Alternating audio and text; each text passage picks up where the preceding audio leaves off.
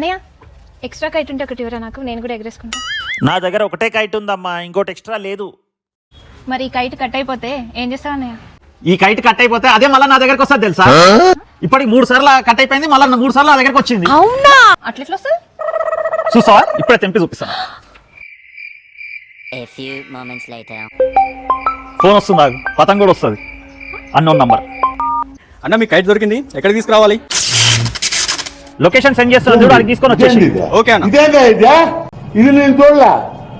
చూసినా పతంగ్ వచ్చేసింది. అంటే కైట్ మీదేనా? నాదే భయ్. ఏమన్నా 5 కిలోమీటర్ల నుంచి తీసుకొని వస్తున్నా, ఏమున్నావన్నా నువ్వు? అదేందన్నయ్య, నాకు అసలు అర్థం కావట్లేదు, అట్లెట్లా వచ్చింది? అదేం లేదమ్మా, నేను ఈ కైట్ మీద ఏమని రాసిన చూడు. ఈ కైట్ ఎవరికి దొరికినా కూడా ఈ నంబర్ కి కాల్ చేయండి, ఈ కైట్ రిటర్న్ తీసుకొని రండి, లేకపోతే మీ అమ్మ మీద ఒట్టు.